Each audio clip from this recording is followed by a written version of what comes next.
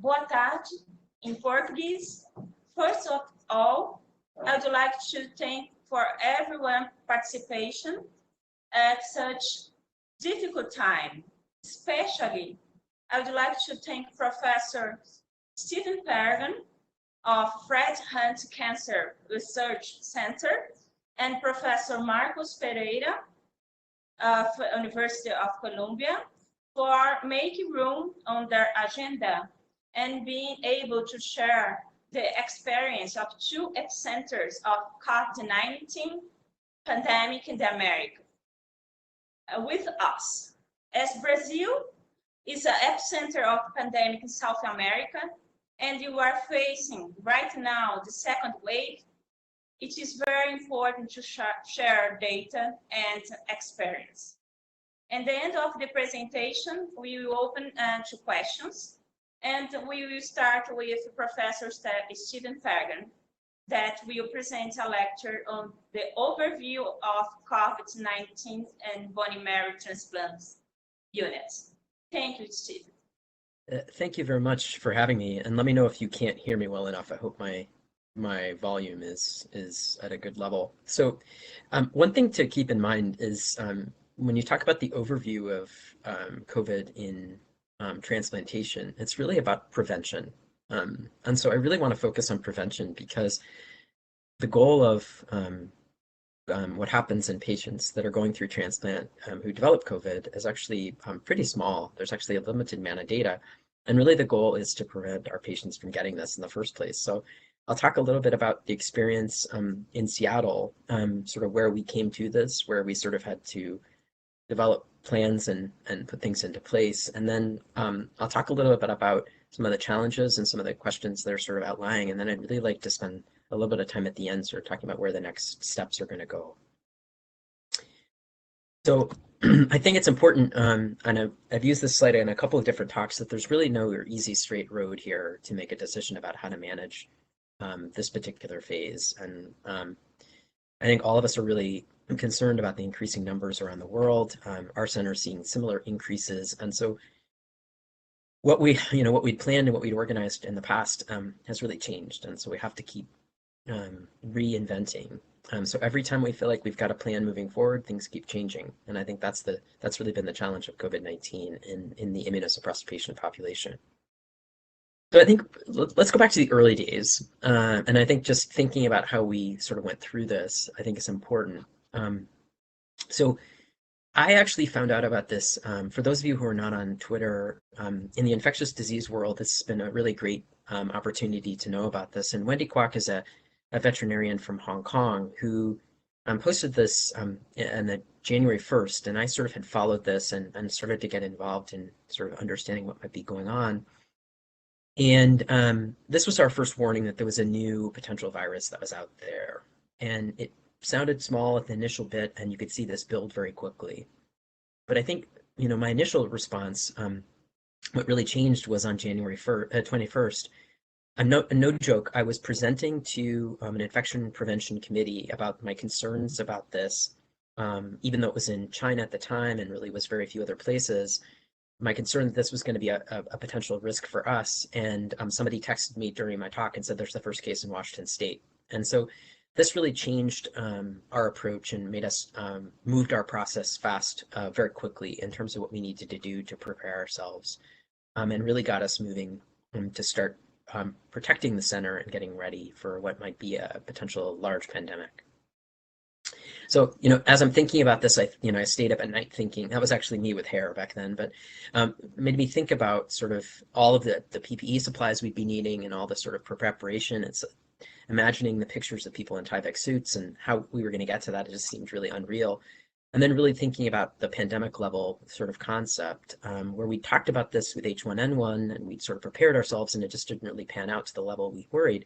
But this was really a novel virus with no real treatment options and no vaccines available, and no real pathway for vaccines that we could see initially in those early days. There are concerns with it. Transplant patients are often older, and they're getting older and older all the time. Many of them have multiple comorbidities. All transplant recipients are highly immunosuppressed.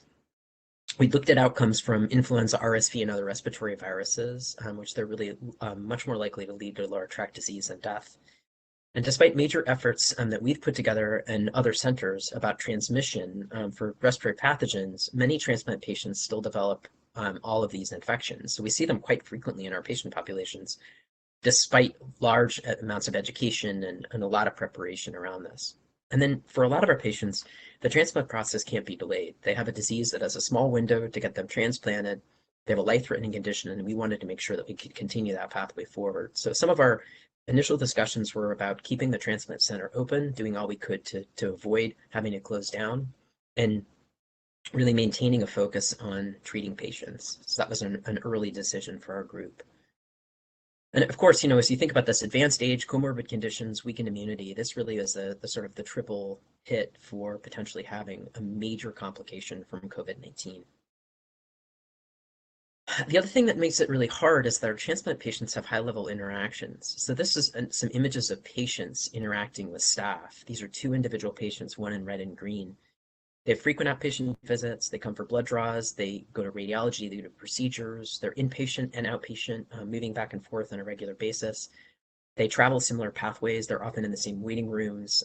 In our particular situation, they often live in an off-site location together. And so all of these combinations provide a lot of contacts between staff and patients that really are a high-risk situation, and a lot of interactions between patients for that matter. On the other side, we also had to worry about staff because as all these things play a direction that way, an individual staff member can have multiple combinations and effects and interact with multiple different patients. And so we had to be very cognizant and aware of what that potential risk would be that we'd have an infected staff member who might bring this into the center and infect large numbers of patients and put our transplant center at risk. So a lot of the early decisions we made were sort of these pieces in mind. So we really had to focus on the the inpatient and outpatient system. We had to focus on clinician and patient interactions, and we needed to focus on testing. So when we looked at early, right around sort of the early portions of February after this first case had happened in Washington State was when basically everything took place. And so we were able over a month, it's not enough time, I promise you that, but it was a month of time to get ourselves ready to go before we really started seeing cases really take off in Seattle and in Washington State. And some of that was probably the cases were happening. We just weren't testing that often in that early phase, but just keep in mind that that's at least our preparation. So we developed an incident command structure early, and we used the hospital emergency incident response system. And if you want more information about this, I'd urge you to go to the paper by Masumi Ueda in the Journal of the National Cancer in the JNCCN in 2020. And basically had this whole structure developed. So despite sort of me being in charge of infection prevention and all of the other aspects I did, this was really important because this sort of described all the different players. So I'm somewhere on that list, but I'm not at the top of the list. And it helped to make this strategize and to be able to accomplish things very quickly. So we were able to give tools to our staff members who can then shift this around and organize and make sure that we could have what we needed on the front line. The other thing that was really important for us was to prioritize our transplants. And this is another paper by Dr. Ueda in BMT 2020 that we really looked at our patient populations and really tried to figure out who might be at best to delay, who might be at risk for moving forward that were urgent transplants. Excuse me. And to figure that out was really important for us because in the grand scheme of things, in the early phases, and I'm sure in some areas in Brazil and others, there are certain epicenters where there's a ton of cases. And, COVID was pretty provincial in the early phases in the United States. Not true anymore, but we were really the epicenter in the beginning. And then eventually it was New York, and then it went to the Midwest and to the South, and it sort of moved around. And so we were really concerned about how would we deal with patients? Should we bring them into our center if we knew this was where COVID was transmitting? And so that discussion was really key in our system, and we had to make sure that we did everything we could to sort of protect that. So this policy allowed us to sort of shift our narrative and think about who should go under a transplant and who shouldn't. We really delayed those who were stable and under control. We did universal symptom screening and testing on arrival, and I think many of you have already dealt with this, but we had patients were screened upon clinic entry, inpatient admission, and we did pre-visit phone calls. We had employees screened upon clinic entry. We now have an app where anyone who comes into the center has to screen with an app before coming in, before they can badge in, and all symptomatic patients were deferred or tested prior to entering when possible. And we're still struggling with how to deal with visitors and family. With transplant patients, they often have at least one caregiver that needs to be with them. And so we've maintained that in the outpatient department, where we still have that ability to have that, but in the inpatient services, we do not allow anyone to come in with them. And that has been a really challenging piece. We really built on testing capacity. So we had on-site testing for symptomatic patients on the first floor. So they would be triaged immediately with symptoms, would be immediately shifted towards testing. We had drive-through stations that were opened off-site because we didn't want to bring everyone into the center with symptoms. We increased local capacity throughout Washington and throughout areas, so people who were coming from outside our transplant center were being tested before arrival. And we looked at home test kits, but we found that those were too long for turnaround times to make that feasible. So we really focused on testing as quickly as possible. And for all transplant patients now, they get tested on arrival and right before they start conditioning to make sure that we're not sending them in with asymptomatic transmission. So there are specific challenges with testing. So there was concern on our local on-campus housing for transplant recipients that what would happen if we had a positive case and what that might lead to in terms of transmission. We really had to focus on our common rooms, our elevators, our transportation, kitchens, and other locations. We instituted universal masking in that facility when outside their rooms. And we developed a robust plan for outbreak in individual cases that if any singular case becomes positive, that led to a large downstream effect where everyone would be notified, we would test their partner, whoever their caregiver was, and to have a specific isolation plan where we would actually bring food to their room, et cetera. That was a really robust policy that was put together. We also reserved a few rooms in that facility for isolation in case we had, as an example, a patient that was negative, but their caregiver was positive, and we needed to isolate them for a period of time. And as that was not a clinical site, it was an apartment complex. It was a little bit difficult because in the United States, we weren't allowed to test patients in that location because it's not considered a clinical site. And that was a government regulation. So we had to work around methods for doing routine testing in those patients. And so the way we modified that was to test all of our transplant patients once a week during the first 100 days while they're at the center, and just use that as a surrogate marker for following any potential transmissions that might be happening in the outpatient areas. And that has been a really robust system that's worked well for us. And again, we do all transplant on arrival 48 hours prior to starting conditioning, and then weekly surveillance using an NP swab on all of our patients who are in the post-transplant phase. We had a plan for positive employees and inpatient acquired cases. So we developed working policies for exposures for staff. We do high-level testing for any symptom. You heard me cough a little bit ago. So even a small cough like that, I got tested negative, but super important. We sort of follow that very closely. We also have a lot of rounding to make sure that we're not seeing patients doing inappropriate activities, and remessaging frequently about that ability, and having that access to testing is critical for staff. We have PPE stations and stickering everywhere to make sure that everyone knows what they're supposed to be wearing in all facilities and online areas. Again, we have online and app-based screening.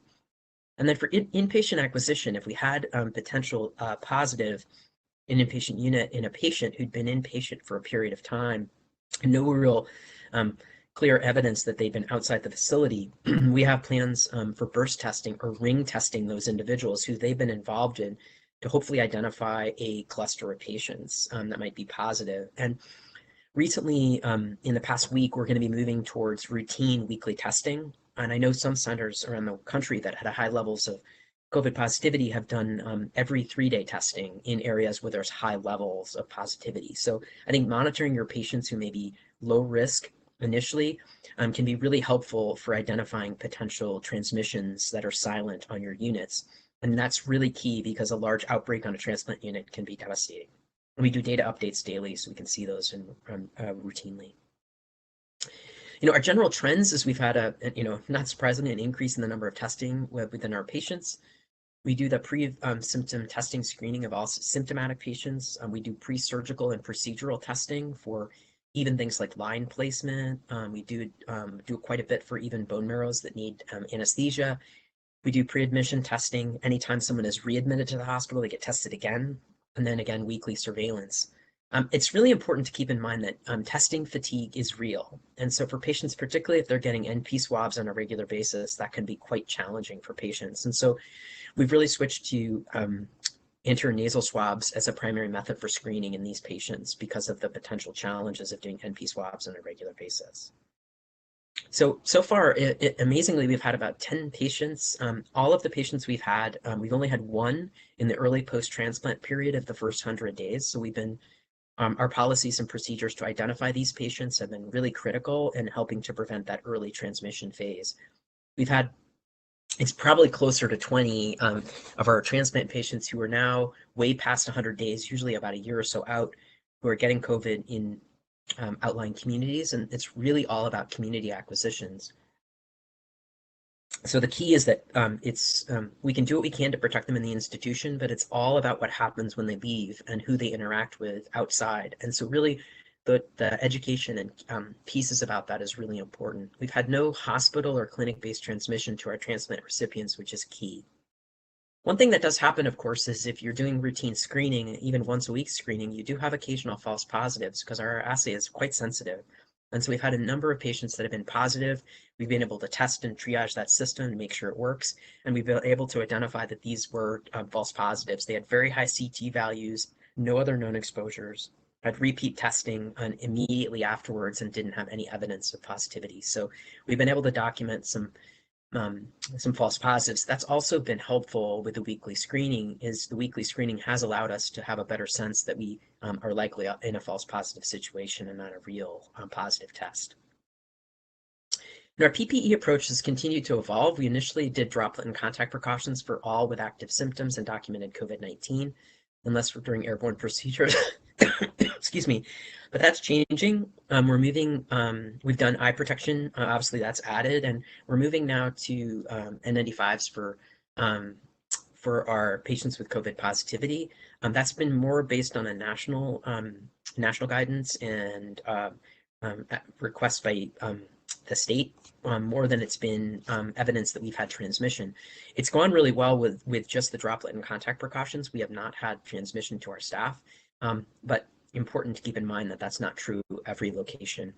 We've done aggressive environmental cleaning on units to assure emphasizing high touch areas. We have a wiper who walks around the clinic and wipes down chairs and elevators, et cetera, to really make sure that we're keeping all surfaces clean. We obviously mask all symptomatic patients, and now we mask all asymptomatic patients, which I'll get to in a minute. And we are very clear that any sick patients, any sick staff, we really avoid from having on the units if possible. We do extensive weekly review of PPE and testing supplies. We're not running out because that continues to be a challenge. And as you can imagine, we did a universal face masking policy that started in April, and then we did a universal eyewear policy that went into July. And I think most centers are doing this now, but it really helped us to protect our staff. And the masking policy has been very helpful in the outpatient clinic where our patients wear and their caregivers wear masks all the time unless we're examining the oral cavity or need to look at teeth or other things like that. So it's been relatively minimal that there's been exposure now. And when there are exposures, when somebody's asymptomatically positive, the risk goes down quite a bit for transmission because both sides are face masked. So that's been really critical for us.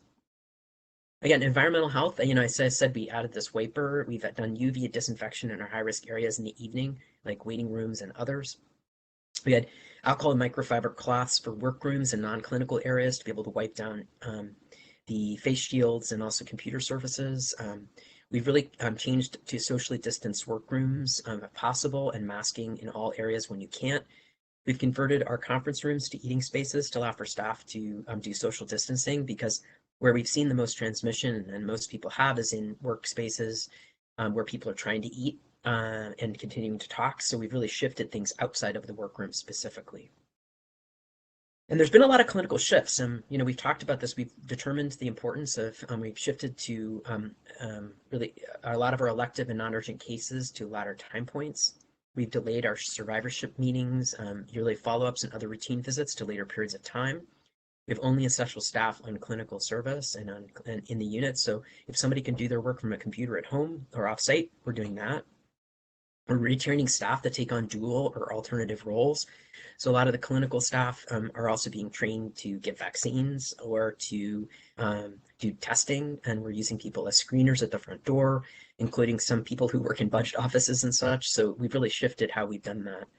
And then from the center wide, we've done telehealth. We've really shifted that. So whenever possible for pre-transplant appointments, long-term follow-up, and even some post-transplant visits, if they're not need to be on campus, we're really shifting that to less. And then all classes and activities were canceled or moved to online. So all the training and other things that patients go through has all been shifted off.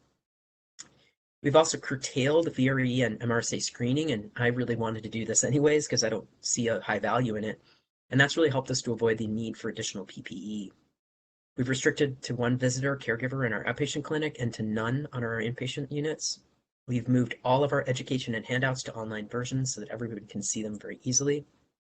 We've shifted our messaging to not just messaging as we would do kind of on occasion, but on a weekly basis with a cadence that's easy to see. We've organized town halls to make sure that everyone is on board.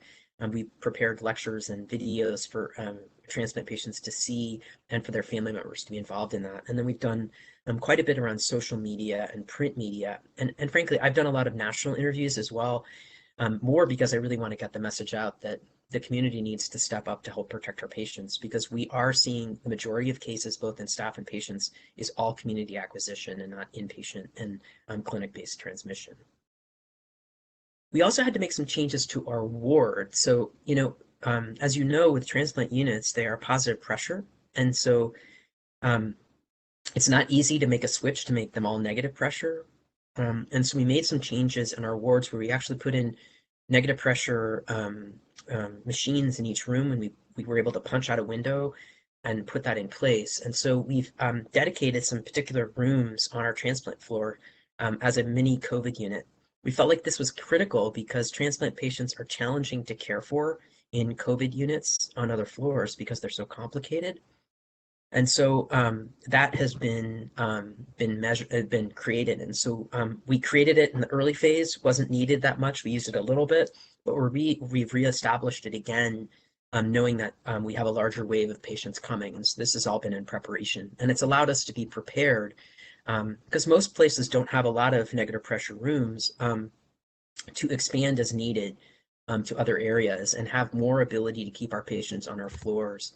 It's also really allowed us to sort of be cautious with our PPE, so we can have dedicated COVID units where we can have people using N95s on a limited basis as needed. For clinical trials and research, we've continued all of our patients on ongoing trials, but we've developed a working group to shift clinical trial activities. In the initial phase, we stopped phase 1 and phase 3 trials with alternate therapies. We've limited our natural history studies to require the required face-to-face interactions with patients. We developed policies for virtual consents through video and phone conferencing, and we did training programs for all the research teams to protect many of our non-clinical staff who need to be trained in appropriate PPE. And that was really important and a step that I think is missed by many. We're again going through our clinical trials with this current new wave and deciding which ones need to remain open and not. And that's really been passed back to the teams themselves to try to sort of strategize which ones are most important. And we're really focusing on ones where patients need to be in one of our infusion centers or inpatient specifically for long periods of time for a clinical trial, because we want to make sure those beds remain open for particular situations where we may have to treat patients. There's a number of challenges that continue. Our supply chain continues to always be problematic. We have things that we would never expect. For a while, it was our electronic thermometers had a cover that was missing that we couldn't get, so we had to come up with solutions for that. We've had supply issues for PCR testing, swabs, reagents. We've had masking and wipe supplies. Every time we think we're ahead of it, there's always things that we don't expect. There's been changing guidelines, so we've had to continue to be flexible. It seems like every other week the CDC is changing something, and so we need to be ready to go for that. We struggle with caregivers and family because they are really different, and most healthcare systems can't include them in some of our testing, but we're working on strategies with that. we've really had to fight a lot of social media and print media sort of news that suggested masks are important or COVID is a hoax. And that has drifted into our patients. And so we've really had to spend a lot of time encouraging them to follow the guidance that we put forward. And then, as I said, community exposures continue to be problematic. Despite all of our discussions around this, there's still quite a people who are traveling or meeting with friends or et cetera. We had a patient recently who came from an outside state who came in with COVID and had been at a large church gathering singing in a choir with 60 different people, and 2 or 3 were positive, and it delayed his transplant significantly. So I think these are important things that we need to keep educating our patients, even those who are arriving to the centers. We've developed a pretty robust bundle that includes all these activities, and I would include in that telehealth and remote work. But this is all things that many of you have done and are thinking about, but it is critical to show this. And so we have these in different areas around our clinic to make sure that people understand all that we're doing. I think really infection prevention has been the key to success. I think as we think about transplants, it's really testing infrastructure, making sure you have all the pieces in place and think about all the different testing that needs to happen. We do significant tracing around positives to make sure we identify anyone who's asymptomatically positive so that we can prevent a large outbreak from happening. The screening has been really critical, making sure that everyone knows they're safe coming into the unit. Universal masking, training our staff not to come to work sick, even with really mild symptoms like fatigue. And working towards telehealth and remote work for employees has really helped us keep a lot of people off site. But I think the second peak is no longer local. As I mentioned, it's all over the country now, and this is just a map. The darker blue is where the really hot spots are, and this is from the CDC recently. So we're not quite as bad as some other areas, but it definitely is increasing all over the country, and I'm sure in your area as well. And so with Washington State, we've seen a real takeoff from where we were in the early phases, a lot more positive cases, and this continues to be increasing. So our next wave of questions is really quite complex. It's like, when do we transplant our COVID-19 positive patients? How can we do this safely and when they're still positive and we must move them forward? And my colleagues at Sloan Kettering, who had a lot more cases related to their transplant patients, have had some success doing this. And so those of you who have questions about that particular question, I'd reach out to them specifically. And we've done a couple of, at this point, and had some decent success, but this continues to be a very challenging question. And we just had a conference call about a particular patient who likely will need to get transplanted, who still is really in the early phases of COVID-19. That's going to be a real challenge. How can we remove patients from isolation? And more we're seeing that immunosuppressed patients will shed for an extended period of time, 60+ days. There's been a number of reports about this. So how do we do this in a safe way? We are currently requiring at least 1 negative test to take people out of isolation, which means patients are in isolation for longer. We're a little bit unique in that. Others are following CDC guidance to wait at least 20 days, but we feel like transplant patients are higher risk for shedding not only virus, but a culturable and potentially transmittable virus. So we're being very cautious about that. There's discussions about protecting patients during the transplant course using long-acting monoclonal agents like Regeneron and others. Regeneron's not super long-acting, but there are others that might be potential that you could give and potentially protect them during the transplant phase, in the early transplant phase. And so there's some discussions ongoing with that. And then I think the really big one that's coming is how do we protect our patients in that post-transplant period when they're going back to the communities where they may be at risk? All the novel vaccines, how can we look at timing and efficacy? And I put us a little star to see measles, is we know that measles is a highly effective vaccine, 97%. It's live, so we don't often give it early, but we also know that transplant patients, despite getting vaccinated, do not have as good a response as the normal population. And so we envision it will probably be similar with mRNA vaccines and others, like the protein-based vaccines that are coming. I certainly don't know enough about the live virus vaccines with the chimpanzee adenovirus vector, et cetera, but I think certainly the mRNA vaccines are really exciting to potentially be adoption. And I know that there's a lot of work around this and groups that are working on particular transplant-related vaccine approaches. So I think the path to recovery is, again, focusing on prevention, the things we can do. I think we need to do a better job of focusing on education, both for families and caregivers particularly, and also for people returning to their home. We need to target people of color and non-English speaking communities. I think that's really key. Our websites need to be better so that patients who are coming to this can really understand why vaccines are so important, why masking is key.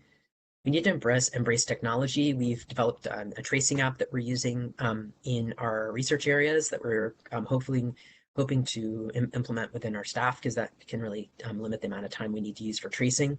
And we're really trying to support telehealth and remote work. And then collaboration is key. I'm communicating with all the national organizations, with other centers around the country to organize around this, local and state public health, and really what we can do to share best practices for prevention. So I think the other thing is we have to learn from our experience, and I call this the COVID-19 autopsy. Should we use masks for all of our staff and transplant patients in the clinic and community after this is all over? We've seen huge drops in the number of respiratory virus cases, so it's really important to think through that. How can we organize pragmatic trials in transplant recipients that would allow us to get drugs into them quickly and vaccines into them more quickly than we do right now? How can we improve education for patients and caregivers that's more feasible and easy to see? How can we rethink transplant as an outpatient enterprise, which is something we do quite a bit, so we don't have as many inpatients during these episodes? And then how can we do less blood tests, more telehealth to limit exposures in high-risk patients in general? Is this a good thing to help protect them? And I think we need to make sure that our institutions invest in prevention and they don't let this drop when the pandemic's over. So I think if you look at the Seattle scan study, this is what I'm talking about with masking, is we've seen massive shifts in the number of respiratory viruses. We have rhinovirus and COVID, but not much else that's in our community, maybe a little bit of adeno. And so I think this is really key, is what can we learn from this experience and how can we use this on a more regular basis to prevent transmission? And for patient education, things like infographics are critical. And so this is one that we put together related to practicing safety when people go home. And so we share this with patients so they can be thinking about this, putting it on their fridge or other locations just to get them keep aware of specific things like this. And then anybody who would like to get access to our guidelines, all of our guidelines for prevention, for treatment, etc., they're all available. I would also suggest that people go to the HSCT, the American Society of Transplant and Cellular Therapy website, as the bone marrow transplant treatment and prevention guidelines are all available there. And that was done in conjunction with lots of experts from around the country who helped develop them. So I think that's where I end, and thanks again for the invitation. I'm looking forward to the discussion after this particular discussion that I just gave you. Thanks. Thank you so much indeed, Stephen. Yes, I'm again here. We had a problem here. Oh, sorry. In Brazil. So now, excellent lecture, and we have a lot to think about new strategies to prevent respiratory disease, not only SARS-CoV-2.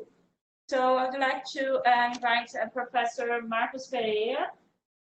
He will talk about the New York experience regarding COVID-19. Thank you, Professor Marcos Pereira. Okay, everyone. Well, thank you so much for the invitation to talk at your conference. I was asked to talk a little bit more from the solid organ perspective, the recipients and our experience here in New York City. So, as many of you know, sort of in the timeline, and sort of picking up where Stephen left in terms of timeline in Seattle, the first case of COVID-19 that we saw here in New York City was a few months later than Seattle. Whether, it certainly was circulating much sooner in the city, and interestingly, probably came from a different region of the world, namely Europe, rather than Asia, when it hit New York. But the first detected case actually was in our hospital on March 1st. And at our center, the first solid organ transplant case coming in the hospital was about 12 days later on March 13th. And initially, that picture of Stephen not sleeping at night with his eyes open, certainly we all looked that way as well. And as we were anticipating it hit our city, certainly there were many unknowns that we were trying to address and trying to guess, in particular when it came to our solid organ transplant patients. In particular, were they more susceptible to getting COVID-19, and whether the yield of PCR molecular testing in particular would be as diagnostic as someone who's not immunocompromised would their clinical presentation be different than someone who is not immunocompromised, and whether any antiviral treatments, so certainly we didn't have many options in our armamentarium, but certainly anything that we had, would they be as efficacious, and whether there would be development of resistance, much like we see with other respiratory infections. How to manage the immunosuppression in those patients. We were getting conflicting messages whether to further immunosuppress someone with COVID-19 given this sort of cytokine storm, or whether to reduce immunosuppression given the classic sort of predisposition to worse outcomes in this population. And then outcomes themselves, not only directly related to COVID-19, but indirect effects such as secondary infections, increased rates of rejection, and then overall long-term consequences in this particularly vulnerable population. And this list is short compared to the many other questions that we had going into all of this. So a quick timeline in New York City, and you can see here sort of the first cases coming in early March. We hit our first wave peak somewhere in the first week of April, and it was a very, very rapid ascent. And in some ways, this is not what bending the curve would look like. I mean, we were essentially within a few weeks, we're completely overwhelmed by cases, both in the city and in our center. And then with masks and social distancing, certainly by May, we saw a clear decline in cases. And we're very lucky throughout the summer months here in the city that COVID-19 was well under good control. And now, like many parts of the country, we're seeing sort of this second wave hit our city, and that's been going on for several weeks now, in particular sort of since mid-October, and probably going to persist for a while. This sort of in contrast a little bit to the rest of the United States, where there was sort of this midsummer second wave, and now sort of a much higher third wave. We didn't experience that in New York City, and for many, the reasons are unclear, whether people were generally more apt to use masks and be receptive to the messaging. It's not clear, but certainly that didn't occur here, and it gave us some time at least to prepare for these winter months.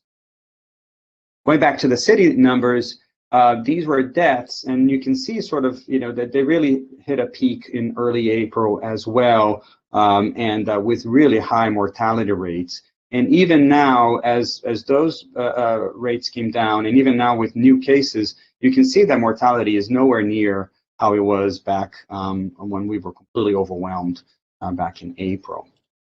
This is more specific to transplant recipients in the state of New York. There's this consortium that has been keeping track of the cases of COVID-19 in our transplant population.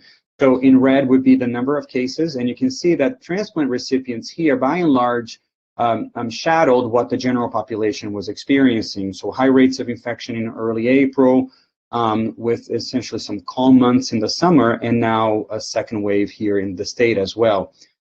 In green is the patients who were discharged, and in blue, death rates. So you can see that really death rates lagged cases by a few weeks, peaked at some point in late April and early May, and then really came down very nicely and are still down despite an increase in cases. And that's generally has been the experience here in New York State.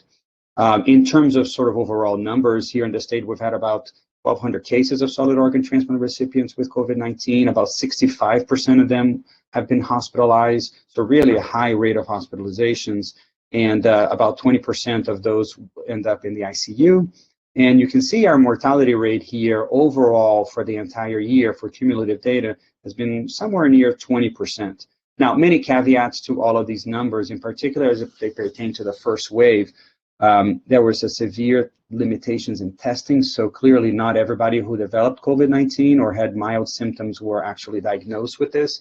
So the denominator is certainly much higher than 1,200 patients. So these death rates and hospitalizations are certainly to be much lower than this, but certainly these are the numbers that we have. And you can see a breakdown in organ transplants. By and large, most organs did fairly similarly. Perhaps liver and heart did a little bit better than lung and kidney for reasons that are unclear to us. We would expect that heart transplants will probably be doing just as poorly as lung transplants, just by the nature of thoracic transplant and intensity of immunosuppression. But then again, these are sort of some of the uncertainty surrounding chronic immunosuppression and outcomes in COVID-19.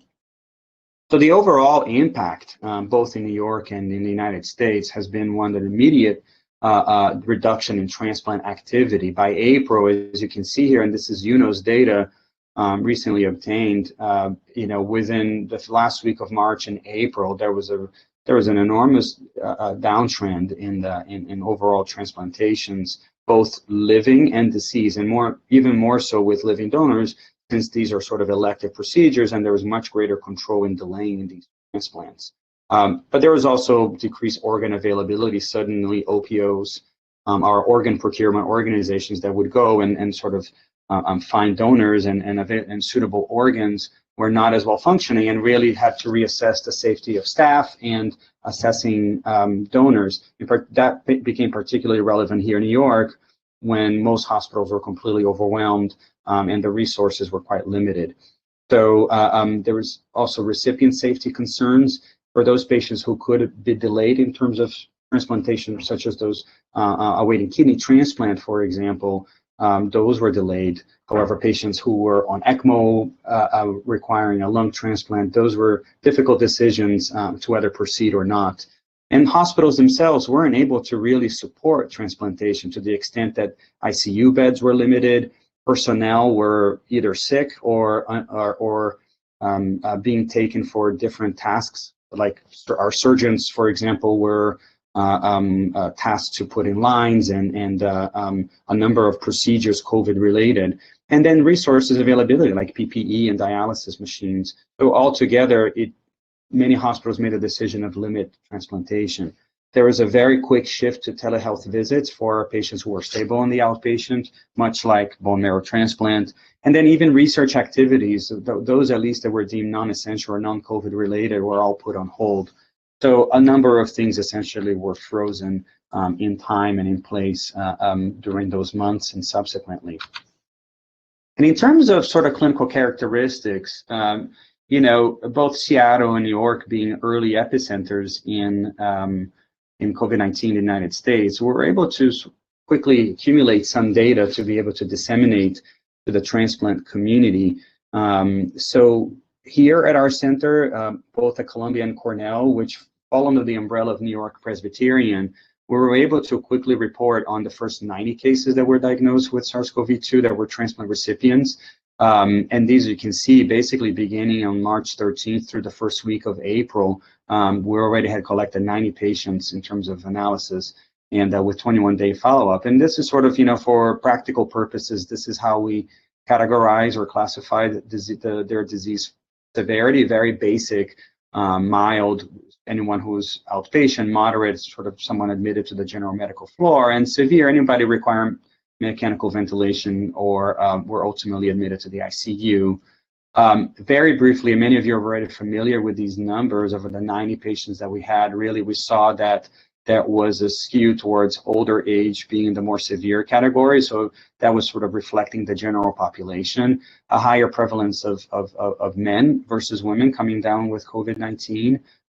Certainly not a major breakdown in race, but certainly ethnicity. Being New York and being sort of a very diverse, both general and transplant population, we were noticing very early sort of the health disparities associated with COVID-19 outcomes, in that our Hispanic transplant population seemed disproportionately affected by this diagnosis, and as well as disease severity, although this was not statistically significant.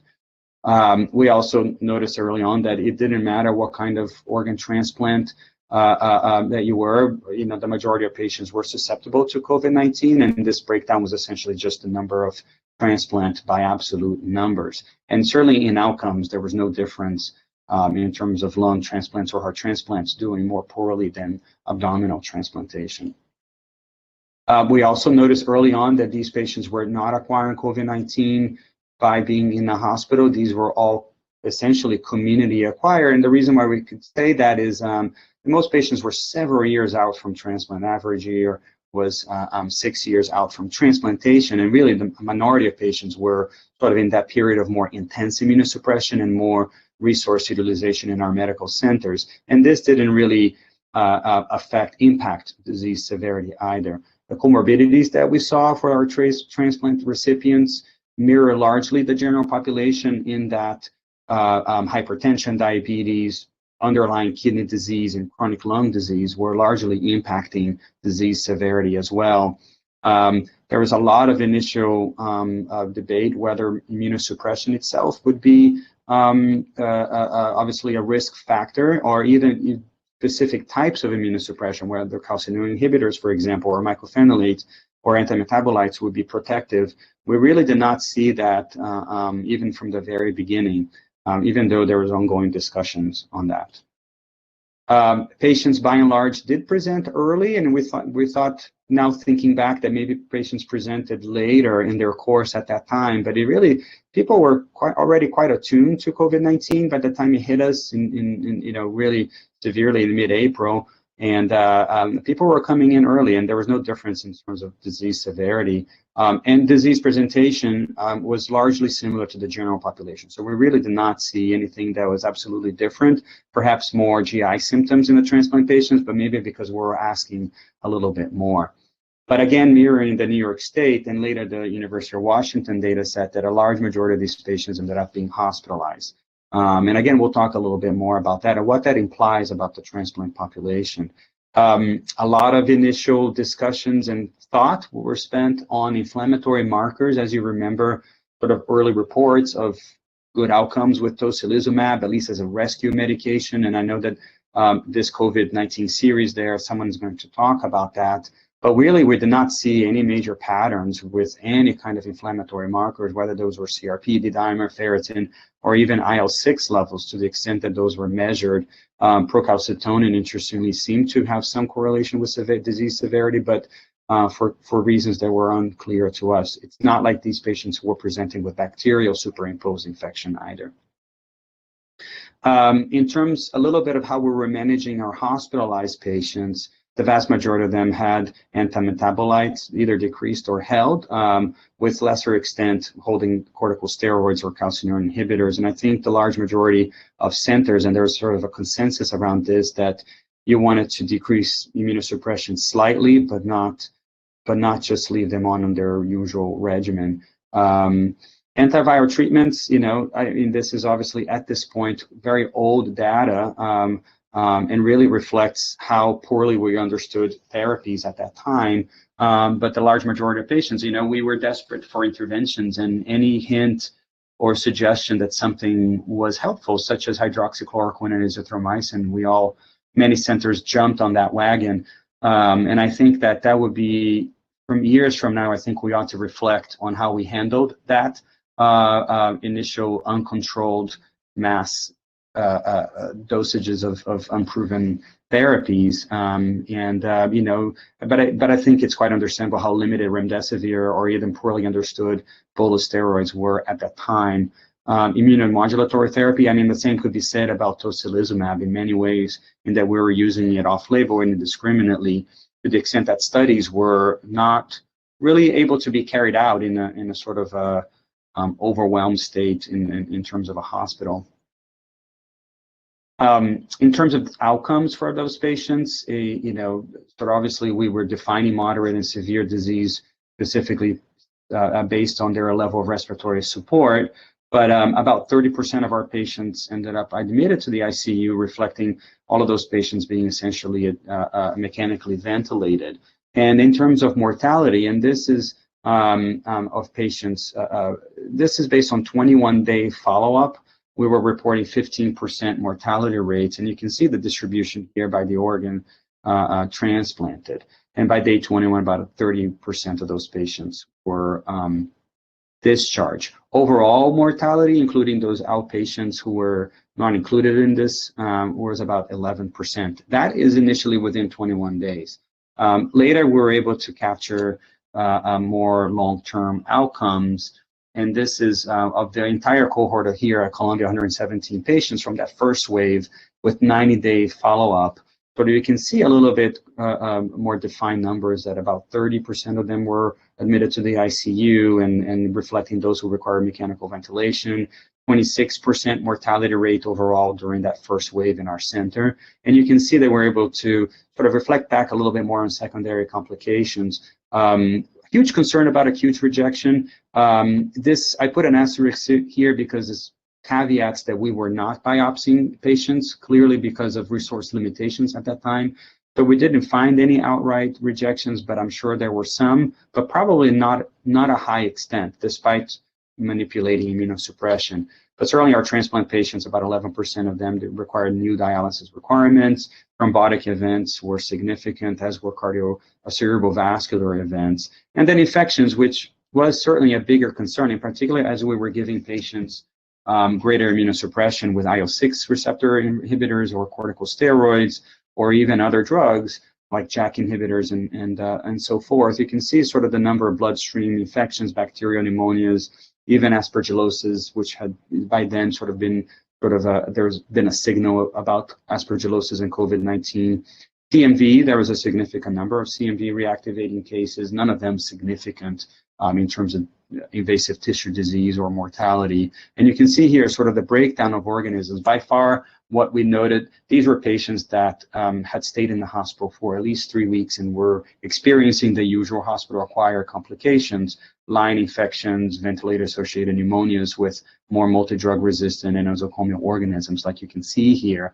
One unfortunate sort of sequelae of early intubation for our patients really were pneumothoraces and empyemas, and a number of these cases really sort of developed empyemas as well, fortunately.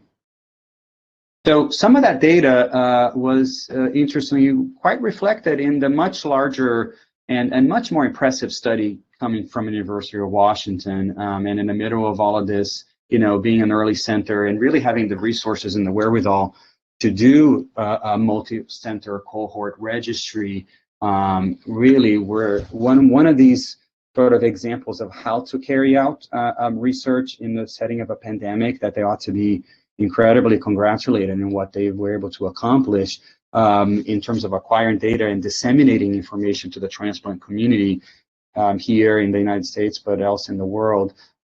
This is their first report, probably of many. And, you know, by the time that they're reporting, they had almost 500 patients from throughout the world, but mostly the United States. But in some ways reflecting some of the same data that we were experiencing here in terms of all-cause mortality at 28 days, about 20%. Vast majority of these transplant recipients requiring admissions and about 30% requiring intensive care, including mechanical ventilation. And you can see some of the secondary complications as well, sort of similar rates overall to what we were experiencing. Some of this data is skewed because New York contributed a large amount of the patients in this registry, but clearly not completely. So, but certainly reflecting sort of the disease severity of COVID-19 among transplant recipients. The big question, however, from all of this was whether chronic immunosuppression was an independent risk factor. So looking a little bit more in detail, they really were able to certify that age and comorbidities such as congestive heart failure, chronic lung disease, diabetes, obesity, and then presenting with lymphopenia or abnormal chest imaging, all were independent risk factors for outcomes in our population. And then in a very sort of elegant way, looking at surrogates of immunosuppression, whether 2 versus 3 regimens or thoracic versus non-thoracic transplants, none of those were associated with higher rates of mortality. So really kind of suggesting that it really is the underlying comorbidities of these patients that were driving poor outcomes and not that particular immunosuppression intensity that was an independent marker. And I think that they and ourselves and many centers have detected that really, you know, low income and minority communities were being disproportionately affected. And this is sort of something poorly studied at that time. And certainly many of us are focusing on how this may have played out in driving disease severity in this population. So in terms of comparing the solid organ transplant patients, are they a greater risk for mortality in COVID-19 than the general population, given that intensity of immunosuppression didn't seem to be an independent risk factor? There have been a few studies out there looking at this. Some have presented match, and others have presented non-match data. The one that I chose here is sort of a limited population, and this was a multi-center cohort study by these Stop COVID investigators. There are large databases here in the United States that capture hospital data. This is at the coding level or sort of database level. So it's all de-identified, and there's no opportunity to sort of look and confirm data. But essentially, they were able to compile all patients admitted to ICUs in the United States with COVID-19 from March to May, and this encompasses about 68 hospitals and I think about 60,000 patients. And they performed, for this particular study, propensity score matching on a number of variables and comparing the solid organ transplant patients that were admitted to ICUs versus non-solid organ transplant patients. So you can see here there was about a 3-to-1 propensity score matching. And they were able to look at some primary outcomes, including death within 28 days. That was not statistically significant. You can see here the relative risks and the confidence intervals. Mechanical ventilation also not significantly different. ECMO use or ERDS or even new thrombotic events. Maybe there was a signal that transplant patients required more acute renal replacement therapy, but nothing really stood out in terms of primary outcomes. Even though this is a limited study to ICU patients only, it seemed that transplant patients were having very similar outcomes as the general population. A quick word on COVID-19 management, because I think this is an important caveat to all of these early studies that really initially were applying hydroxychloroquine plus minus azithromycin for therapy, including tocilizumab for severe cases. In the vast majority, sort of these were poorly defined who constituted a sort of a cytokine release syndrome patient or hyperinflammatory case.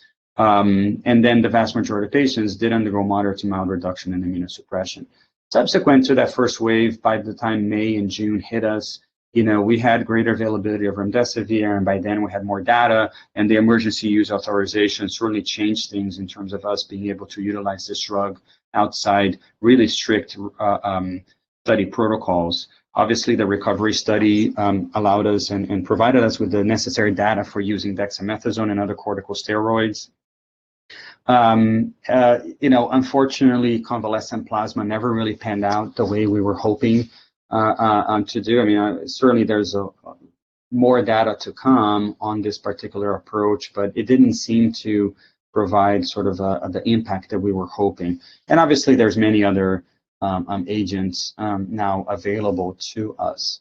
But this is an important caveat that, we won't go back to sort of poorly treated COVID-19, hopefully ever again. So some of these outcomes, it's good in a historical context at this point, but certainly probably won't reflect what is happening subsequently. And in fact, actually, you can see that by May, we were already seeing improved outcomes in the transplant population. This also came from the University of Washington that by May, 28-day mortality had dropped down to about 13% in our transplant patients. Certainly more data need to be released on this, but I think we're all experiencing improved outcomes by then. Certainly there were a number of regional differences, as I alluded to, sort of the United States. Most of the country, at least in the middle of the country, July and August were particularly brutal months, whereas in New York, we were sort of lucky not to experience that. But certainly now with our second wave, certainly we're seeing more cases. And now, with our this sort of, so to speak, second or third wave, we are seeing obviously many differences. We do have sort of the testing availability at this point. So we're much like Steve Bergam was mentioning, sort of, aggressively testing our inpatients, outpatients for any kind of procedures or on a routine basis to really improve infection prevention and control measures like wearing masks and providing sort of a COVID control protocols, both for staff and for families and patients. Certainly, as I alluded to, improve management, both not only in antivirus and immunomodulation, but even critical care practices. Probably, the critical care literature will go over this in great detail about early intubation versus later intubation and proning, and using non-invasive methods of ventilation. Certainly, we have more resources available at this point, particularly with PPE. There's a sense that now the less vulnerable populations are really the ones being greatly impacted, and probably this is what's driving lower mortality rates, in addition to all of these other measures. But one thing that it is important that we are experiencing really is COVID-19 fatigue. People are tired of wearing masks, careful, and probably the reason for this sort of increased rates largely reflects not only the weather here, but certainly people dropping their guard. And I think that it's been a difficult change of tunes for many of us in that March and April, I think everybody paid attention, and the population in general was certainly quite aware and worried about COVID-19, in particular here in New York City. And now you don't see that level of concern anymore. A major difference as well, as I had alluded to earlier, in terms of all the measures for continued transplantation, we have resorted back to sort of our historical levels of transplantation since the summer, and even during this second wave, all the measures are in place for continuing transplanting both liver and deceased donors.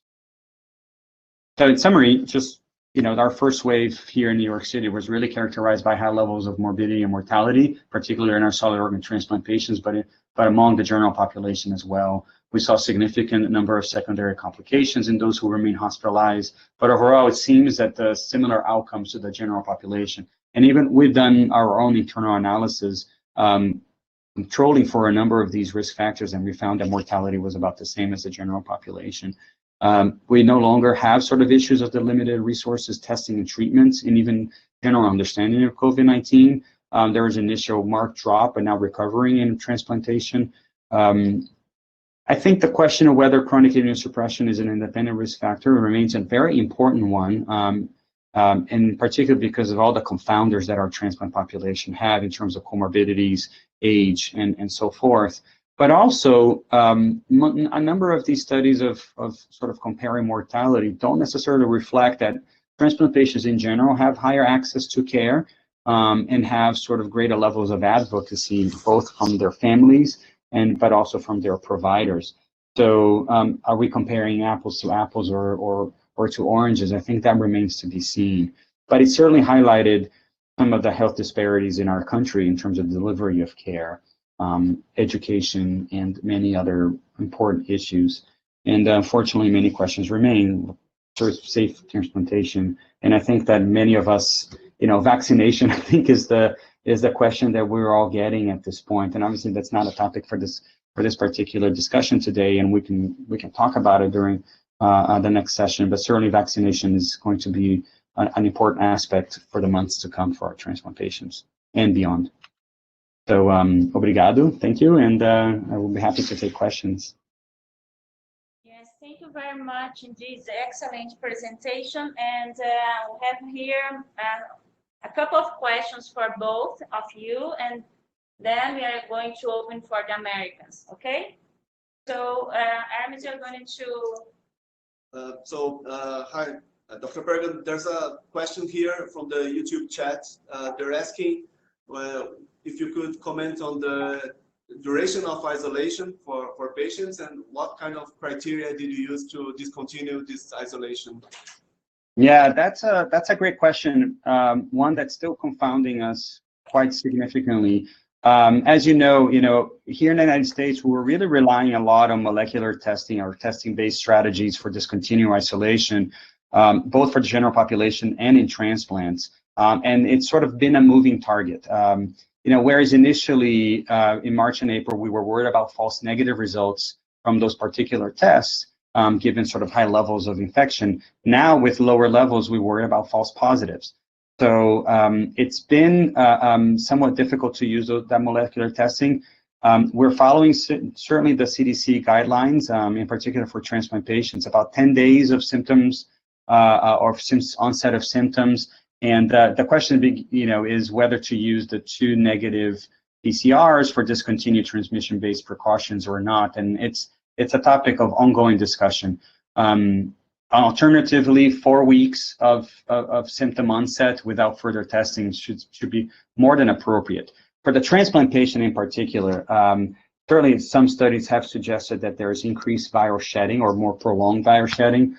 Some of the studies have shown not only sort of for molecular testing and looking at CT values that were lower than they should be by 20 days, 21 days, but certainly some reports by now you've seen of even sort of viable cultured virus sort of in a prolonged fashion from some of these immunosuppressed patients. So it's a moving target, but generally by week 4, certainly there shouldn't be a concern about discontinuing isolation.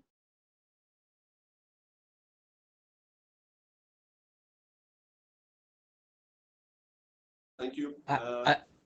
Yeah, I would just say that just really quick for the hematologic malignancies, I think are really the outlier here. I think if you look at most of the data around persistent shedding of live virus, there's been a number of cases where there's been prolonged shedding of live virus that's culturable. And I think a really nice review that recently came up as a letter to the editor in New England Journal from Minnie Camboge at Memorial Sloan Kettering is, I think, a really good example of that, where it can be up to 60 days. So I think with our post-transplant patients, particularly those receiving ATG or other complications like that, I think we're being really cautious. We're a little more, a little less following CDC guidance to remove people at around 20 days after an exposure, not using time-based strategies and really using a testing-based strategy to remove people from isolation has been our main approach. But I think it really depends center to center based on what your capabilities are, but that's been our current approach right now. Yeah. I have a question. Are you using a CT value breakpoint to think about possible transmission in a patient with positive RT-PCR? Because here we have the opportunity to do virus culture at our lab, and we have 2 patients that continue to be positive with positive virus culture for more than 6 weeks. So then we thought to use the CT value as, I don't know, a risk factor to continue to be positive. I think CT values, well, first of all, I think it's important to recognize that CT values are not equivalent across all platforms. So it's a little bit hard to sort of say one CT value in like, you know, the Hologic Panther platform is the same as it is for another PCR that's a locally developed assay. So I think it's really important to keep that in mind as you're thinking about it. But I would posit that there's at least a paper in New England Journal related to a large long-term care facility that looked at culturable virus with people in CT values. And when you got above 35, it's pretty rare that you can actually culture virus. That's probably the closest we have to it. I think the challenge is, and to keep this in mind, is that we may not culture virus during periods when there's very low amounts of virus. But some of our transplant patients who may go through different periods of immune suppression can actually have shifts in their viral load. We think that once an event happens that it's over and, you know, once the virus goes away, it's done. But we've actually seen this where we've given patients, you know, steroid treatment or ATG because they had other reasons, other complications, and we've seen their CT values drop again into ranges that we become uncomfortable. So I think it's really key to be cautious about, you know, some of these CT values in the context of people who are ongoing different types of immune suppression. It's what we typically do is we'll take them out of isolation. At least we're talking about this around, you know, do we eventually get to the point where we take them out around 30 to 35? What's the right cutoff? I'm not sure, but I know that's currently a discussion. I think it's going to have to go in that direction because, you know, most centers can't actually culture virus because you need a you need a, you know, a BSL-3 lab in the United States to do that. So you have to be a little careful. So I think it's really CT values will eventually get there. It's just a matter of what are the platforms and what are the specific CT values that indicate transmission. That's a lot harder to characterize. Yeah, I would second that. They can certainly be all over the place. And, you know, and certain PCRs have different genes that are measured, and those genes sometimes can diverge in their trajectory. Very difficult to interpret at times. That being said, we did look at our transplant population here in those who had CT values measured after 20 days, and it was about 17% of our patients had levels lower than 34. So suggesting sort of this perhaps prolonged viral shedding in our population as well.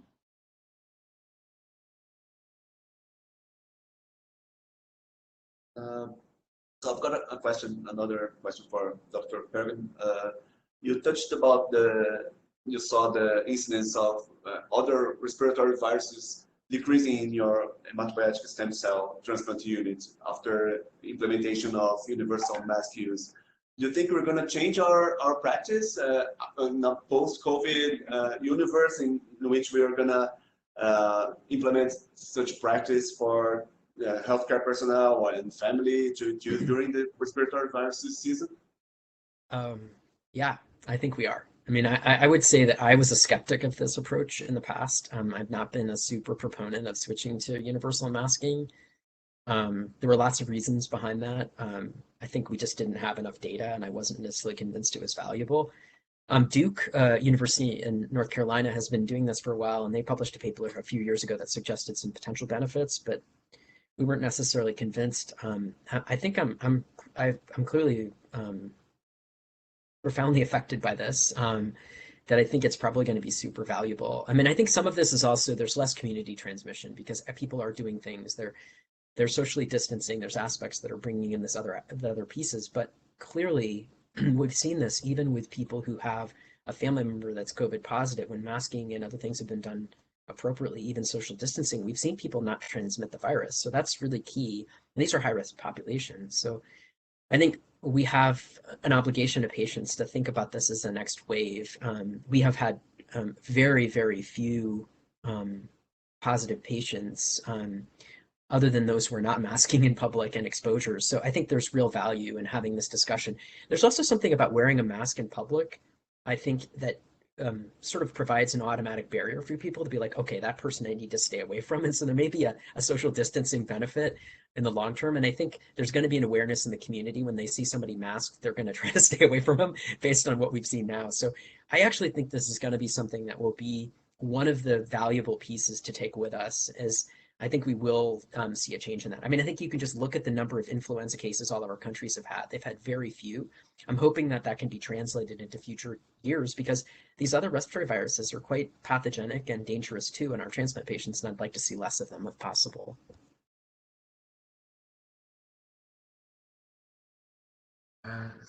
Sylvia, I'd like to... More questions. Okay. Could I, Sylvia, please? I'd like to hear from you, Professor Marcos, regarding the time to proceed the transplant, considering infection in the transplant candidates, previous infections, and also in potential donors' infections in potential. We have a time, or should we use some tests, diagnostic tests, repeat PCR, and etc. etc. Thank you. That is a hot topic for sure. Now that we're obviously 10 months into this, and we have both patients who have recovered from COVID-19 and are candidates, but also potential donors, or even, the idea of active COVID-19 infection. So COVID-19 or SARS-CoV-2 transmission is very rare. It hasn't really been any convincing reports so far. We had an early case here in New York that suggested potentially transmission. It was a living donor liver transplant, mom to child, but it turns out that obviously that was impossible to separate sort of the carrying of the mother, to the child outside of the transplant. So overall, it's been quite rare. And whether that means that SARS-CoV-2 is just not a very good sort of disseminated virus to transmit through any of these organs outside the lungs, or whether we just have taken the appropriate precautions of screening donors and recipients, it's unclear so far, but certainly hasn't happened as often.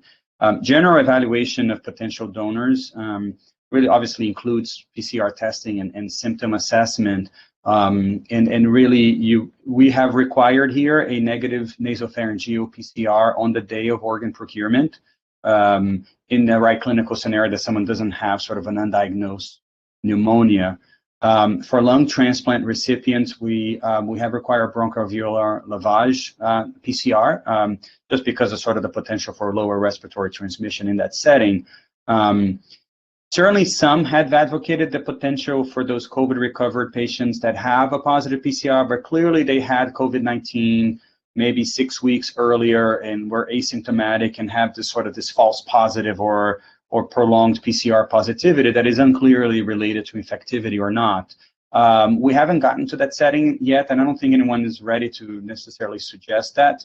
But looking again at CT values and whether a donor who had COVID 6 weeks ago still has a positive PCR, but has a CT value of 38, for example, and I think that might be a potential case that in the coming months someone might be more comfortable to do, but certainly it would depend on the severity of disease, on the recipient, how urgent that transplant may be.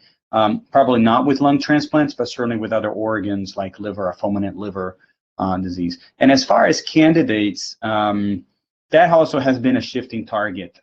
Again, in someone critically ill that requires sort of life-saving intervention, there have been a few cases reported of someone with positive PCR undergoing transplantation, and with generally okay outcomes, that it hasn't been a situation where COVID-19 sort of disease severity has worsened after transplant, or that they suddenly developed symptoms afterwards. So I think people are becoming more comfortable, obviously assessing a candidate and figuring out whether they would be okay to proceed or not. We certainly have had a few cases here where immediately after transplant, sort of that classic case of the liver transplant surgeon just finished the case and gets a call from the organ procurement organization that donor, unknown to the team, was undergoing new testing and came back positive. So we had a few of those cases here, both a liver and a kidney, and we ended up treating the recipient with remdesivir just in case. There were no sort of COVID-19 related consequences to those organ recipients. Whether remdesivir did anything or not, I'm not sure, but certainly seems safe.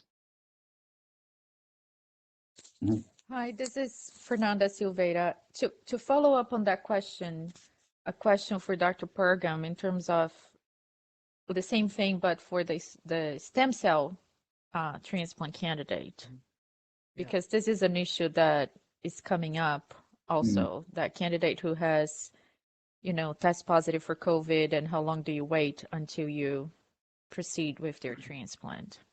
Yeah, I mean, the transplant guidelines try to spell that out a little bit. So a couple things. For a lot of the donors that are being collected, they're requiring freezing for a period of time before so like, let's say it's an unrelated donor who's they're collecting the sample, they're putting it in a freezer, and then they're sort of watching to make sure they don't develop symptoms for a period of time, and then the transplant cells are coming through. What we're doing is we've actually advocated, and we're doing this on a regular basis, is testing all of the donors themselves on arrival. So if we have a match-related donor, we're not taking that approach. We're sort of testing them now, and then we're watching very closely to make sure they don't develop symptoms. And then we know that at the time they're collected, they're not positive, and that at least is somewhat of a relatively reassuring bit, because even if you're collecting it, you still have about a week to go before they actually get the cells. It's not like you're collecting and immediately delivering to patients. So that's allowed us a little bit of guidance. And so the NMDP in general is doing a lot with unrelated donors, and then related to our matched relateds, we are testing the donors when they show up on campus or wherever they are, make sure that they're negative, and then we watch those patients really closely. We're also making sure that there's communication levels. So if we find out someone's positive later, we can have that discussion about what to do, similar to the way that Dr. Claria has mentioned, is like, we really have to think about this as, what do we do? It's less about, the things we can do to protect it, but it's the unknown, sort of someone who is like, oh, by the way, this just happened, and we don't really know. There's also, just to be clear, and I think this is super important, there has never been a case of bone marrow transmitted respiratory virus that any of us has come across at any point in time. We do flu, we do paraflu, all these other things. We've never had one of these transmitted. COVID's absolutely different, and we don't know all the details, but there's really no data that a bone marrow transplant is going to necessarily lead to transmission the way an organ would.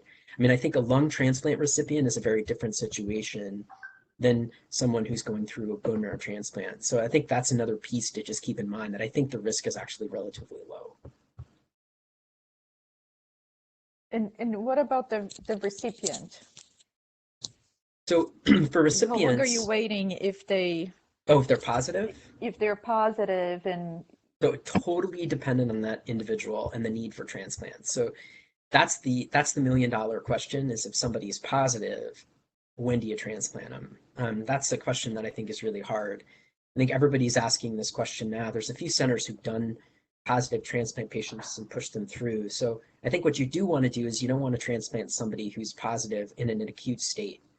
There have been a couple of centers that have reported cases that I know of. I don't know that they're published, but I've had patients that have immediately post-transplant on day one been found to be positive, despite having a negative the day or two beforehand. And there's been sort of mixed responses. Some have done very poorly and others have done okay. It just kind of slipped through. But I think in general, if we know they're positive, we like to wait for clearance if possible. That would be ideal. So we'd like them to clear their virus, which we would do for some other viruses. We want them to be asymptomatic for sure. We don't want them to have active COVID symptoms when we bring them into transplant. But in some situations, we are beginning to talk about this with patients with persistent positivity to start moving them towards transplant because we have no choice. I mean, this is the reality is, as Sylvia mentioned, as Dr. Costa, there are patients that will shed these viruses for months. And some of our patient populations that are hematologic malignancies, they don't have good T cell function. They don't have good antibody production. They're gonna shed this for 6 months in some situations, or 3 months at least. And so waiting to do a transplant for that long can be quite challenging. So I think we're beginning to sort of develop some tools to better think about when is appropriate.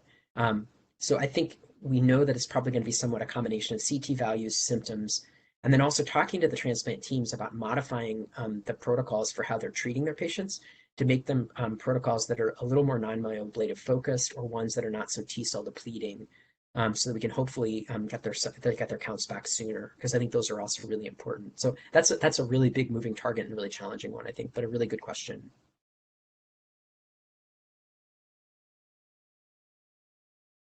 Hi, I have a question for Marcus. This is Alice Song. Hi, Marcus. Nice to see you. And hey, thank you very much for both lectures. I wanted to ask about mild cases in transplant patients. So we've seen a couple of liver transplant patients with mild presentation that like have symptoms for 10 to 15 days. They don't get admitted to the hospital.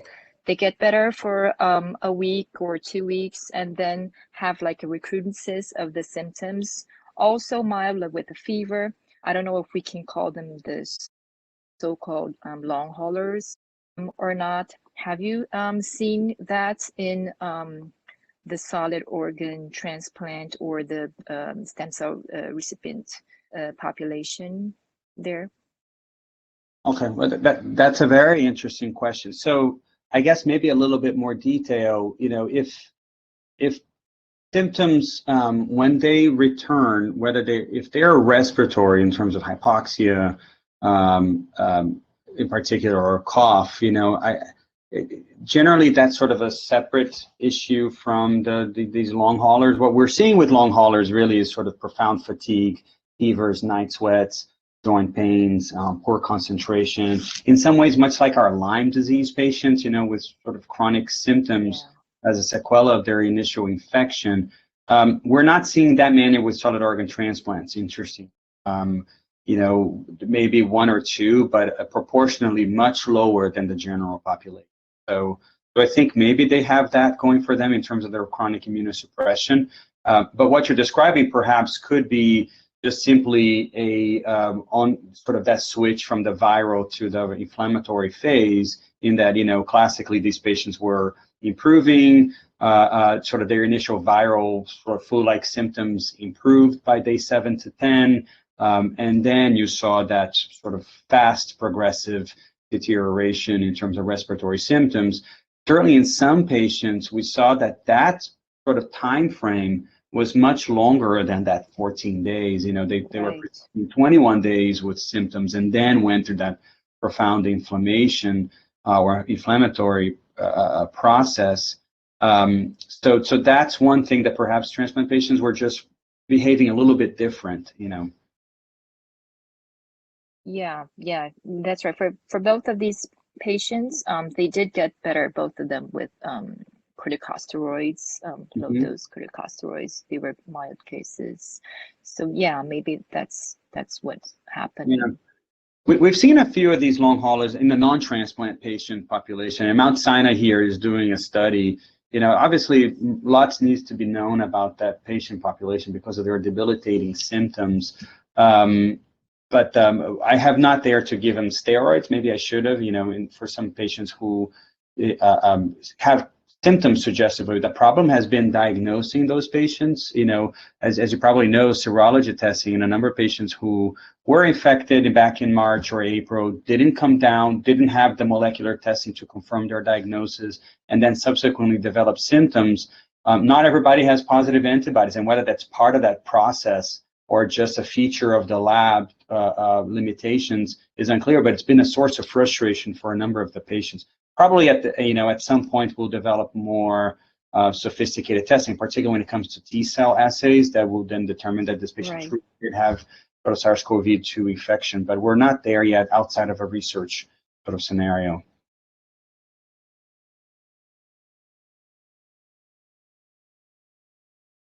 Right, thank you. Thank you. We still have 5 minutes if anyone has any other questions or remarks.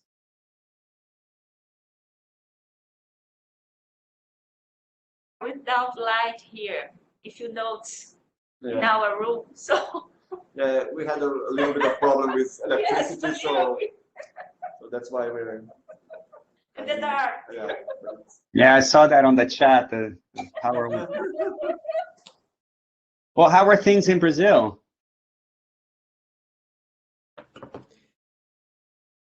So right now, our hospital here is one reference public hospital in the city of São Paulo. And since 3 weeks ago, we started to reopen our wards and increase the number of intensive care unit beds, because during the pandemic in the beginning, we had here around 300 intensive care beds at our hospital.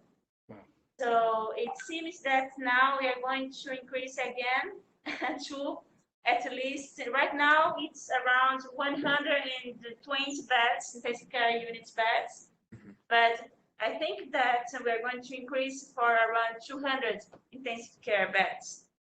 So we are facing again, as I told, I don't know if I can call the second wave or the third wave, because we never decreased the number of positive cases really here in São Paulo and a couple of states, Brazilian states.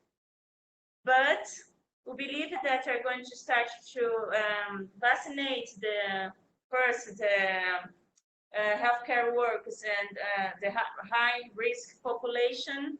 We hope so in the last week of January, in 1 month or 1 month and a half. And our nightmare right now is the Christmas and New Year even, because it's very famous in Brazil, in Rio de Janeiro. Yep. And we are really, really scared and worried about this, because people are not following the social distance here anymore.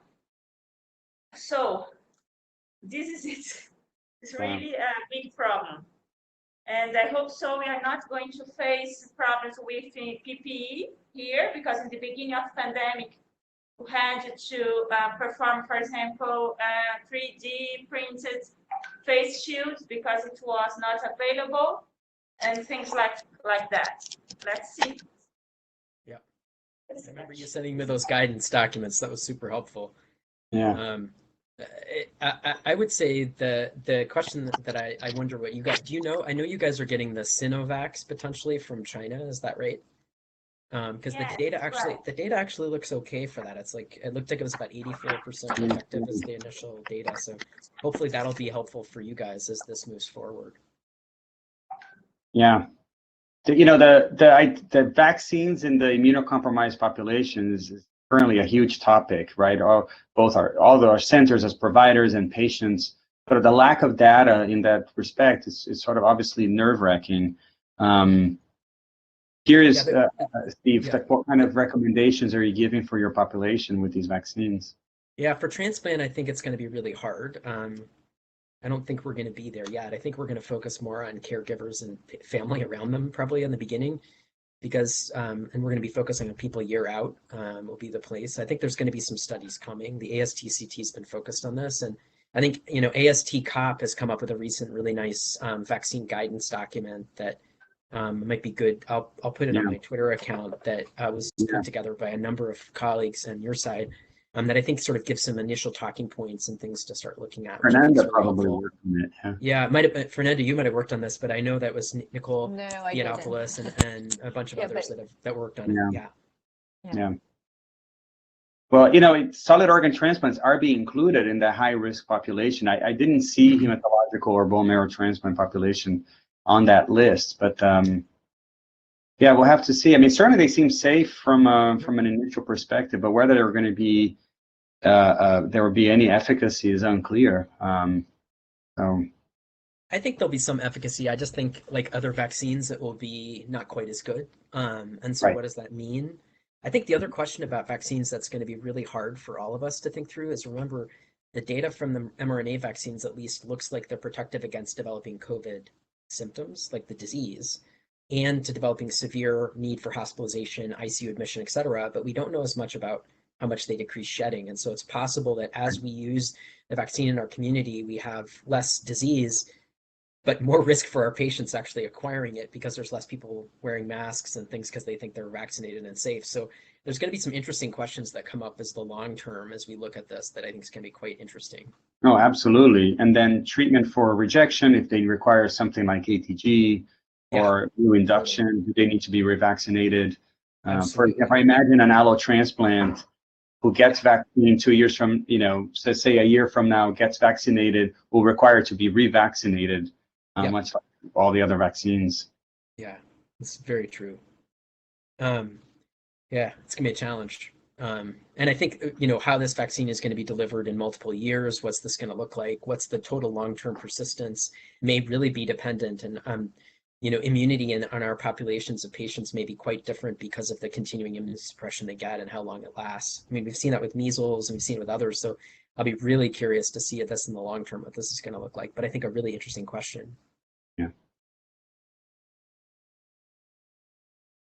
So it's now 6 p.m. here in Brazil, and I'd like to thank again Professors Stephen Paragon and Professor Marcos Pereira and Professor Fernanda Silveira that helped us and gave us several advice regarding the professors and gave us the Marcos Pereira indication and contact.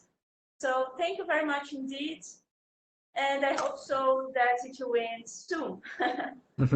Thank you very much. Thanks for inviting us. Thank you. Thanks for the invitation. And great talk to Marcus. I really appreciate it. Thanks a lot, guys. Bye-bye. Thank you. Bye-bye.